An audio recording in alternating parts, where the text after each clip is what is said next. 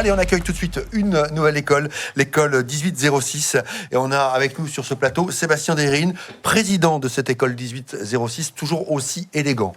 Merci Bienvenue beaucoup. Sébastien. Merci beaucoup. Vous allez bien? Très bien, et vous-même? Très très bien. Vous êtes venu avec un étudiant? Avec Wesley. Avec Wesley Fage, qui est alternant en Master 2 Cyberdéfense. Exactement.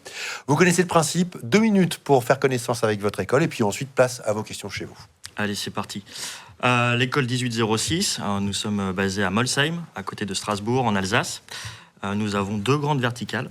Donc c'est une école post-baccalauréat, 2 grandes verticales. Une première verticale en informatique. On démarre avec un bachelor en informatique profondément généraliste. On ne veut pas spécialiser les étudiants trop tôt.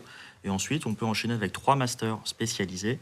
Un premier en intelligence artificielle, un deuxième en cyberdéfense et un troisième qui est lié aux industries numériques. Et puis, je vous disais une deuxième thématique, sciences politiques. Là encore, un bachelor généraliste en sciences politiques et 2 masters qui suivent, un master en sûreté et renseignement et un deuxième master autour de la diplomatie d'affaires.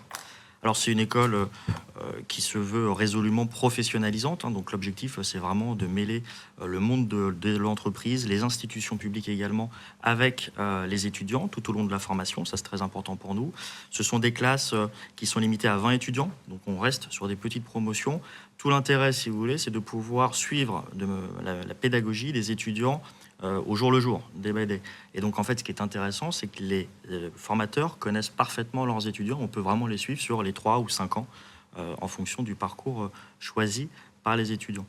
Voilà, est-ce que vous voulez compléter, cher Wesley? Non. Il ne s'attendait pas à ce que je lui balance la patate. Oui, complètement. Non, c'est vrai que je ne m'attendais pas, mais c'est vrai que, pour témoigner, c'est vrai que l'accompagnement du coup, au sein de cette école, elle est franchement exceptionnelle, parce que du coup, on rencontre du coup, des personnes issues du monde du travail, et ça nous permet en fait d'avoir cette vision du travail et auquel on fera face du coup après nos études. Donc c'est vrai d'avoir cette vision et pas juste une vision élémentaire, école, stricte. Donc voilà. Parfait. Wesley, vous êtes alternant en Master 2 Cyberdéfense. Exactement. En 2-3 mots, assez rapidement sur votre parcours et pourquoi avoir choisi donc, ce Master 2 Cyberdéfense et pourquoi avoir choisi l'école 1806. Alors, j'ai toujours été intéressé par l'informatique. Donc, en 2021, j'ai décidé de reprendre mes études après une année du coup sabbatique, un peu imposée à cause du Covid, bien évidemment. Du coup, je suis arrivé dans un cursus informatique où j'ai commencé comme au bachelor. Et en fait, je me suis rendu compte que lors de la spécialisation, j'avais soit du coup l'intelligence artificielle ou soit du coup la cybersécurité. La cybersécurité m'a du coup plus intéressé. Et en fin de compte, lors de ma première année de master, je me suis rendu compte qu'en fait, ce sujet de souveraineté dont on parle du coup depuis à peu près 2 ans est quand même assez intéressant et suscite beaucoup d'intéressement. Donc, je me suis du coup retrouvé lors du FIC, du coup intéressé par l'école 1806 et je me suis du coup lancé dans l'aventure.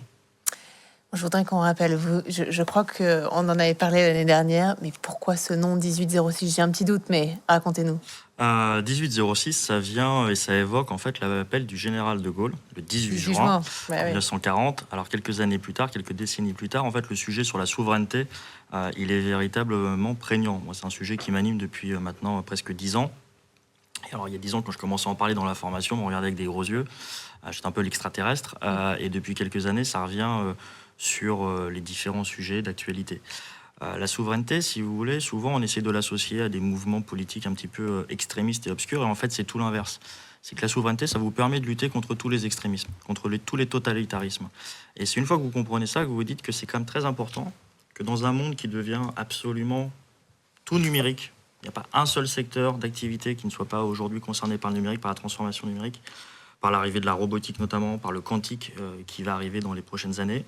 Il faut absolument qu'on ait en main notre destin. Donc il faut qu'on contrôle nos données, il faut qu'on contrôle l'édition des logiciels, il faut qu'on contrôle les codes, etc. Et pour ça, vous ne pouvez pas vous dire je vais me remettre en confiance uniquement les entreprises américaines ou chinoises. Et donc il faut évidemment former les jeunes là-dessus, il faut qu'ils en aient conscience. C'est à la fois de la technique et aussi un côté sciences politiques. C'est pour ça que c'est très important d'avoir les 2 thématiques dans le même campus. Ça permet d'avoir des cours transverses pour qu'ils comprennent. Et donc en fait, la souveraineté, c'est un véritable sujet aujourd'hui qui doit être absolument imbriqué dans les questions de formation et d'enseignement supérieur. Sophie, dans le chat, nous demande s'il y a un niveau minimum requis en maths ou en informatique pour réussir. Eh bien alors, pas tout à fait. Et je vais vous dire pourquoi. Parce qu'en fait, on a aujourd'hui en France des niveaux qui sont très hétéroclites dans les lycées. Et donc, si on se basait uniquement sur les résultats du baccalauréat ou d'un contrôle continu dans les lycées, c'est quasiment illisible parce que tout dépend du lycée auquel vous êtes, etc. etc. L'idée, c'est qu'on a mis l'accent sur les mathématiques en première et en deuxième année de bachelor. Ils ont 90 heures à chaque fois. Et ça nous permet de reprendre les mathématiques appliquées là où on en a absolument besoin.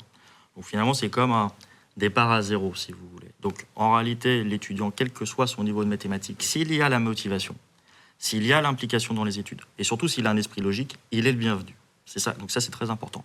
Et sur l'informatique, en fait, vous avez l'utilisation de l'informatique. Donc, je peux dire qu'on pourrait tous être informaticiens parce qu'on va tous pianoter sur son iPad et sur son iPhone et on a l'impression de faire des choses complètement folles, grâce à l'IA notamment, parce que maintenant, on va sur Canva, on s'improvise infographiste. En réalité, l'informatique dans les études, c'est pas tout à fait ça. C'est-à-dire qu'ils vont, je dirais, beyond the scene. Et donc, c'est très important de bien insister pour dire qu'on reprend les bases de l'informatique vraiment au niveau zéro. Donc, courant électrique, processeur, mécanique. Et après, on va aller les faire travailler sur le code. Et donc, ils vont commencer à pratiquer au bout de quelques mois. Donc, en réalité, vous n'avez pas besoin d'avoir un niveau minimum. Et ni savoir coder, pardon Sébastien? Non, pas besoin. Ce qui compte, c'est d'avoir un esprit logique. Si vous avez un esprit logique, je veux dire, à 18 ans, votre cerveau il est suffisamment malléable pour apprendre de nouvelles choses. Et on vous accompagne. C'est aussi ça la force d'avoir des petites promotions. C'est qu'on peut avoir un véritable suivi pédagogique au jour le jour. C'est pour ça qu'il n'y a pas de minimum requis. Un mot tout de même sur le campus qui est situé en Alsace, près de Molsheim. Et à Molsheim. À Molsheim, voilà. Tout à fait. Qui est proche de quelle grande ville en Alsace? Strasbourg. Moins de 20 minutes en TER, donc c'est juste à côté pour le coup. Vous pouvez même le faire à bicyclette si vous voulez, sur une voie complètement protégée. Donc je l'ai fait cet été. Donc non, à Molsheim, campus tout neuf, complètement rénové, 800 mètres carrés. Parfaitement facile à vivre, avec en plus des colocations, c'est-à-dire qu'on met à disposition des logements pour les étudiants, étudiants. En fait, c'est un véritable sujet, l'hébergement pour les étudiants. C'est-à-dire que, mine de rien, même une chambre au Crous, ça coûte quand même très cher. Donc, on a essayé de faire en sorte de proposer des logements entre 200 et 300 euros par mois aux étudiants. Ils sont juste à côté du campus.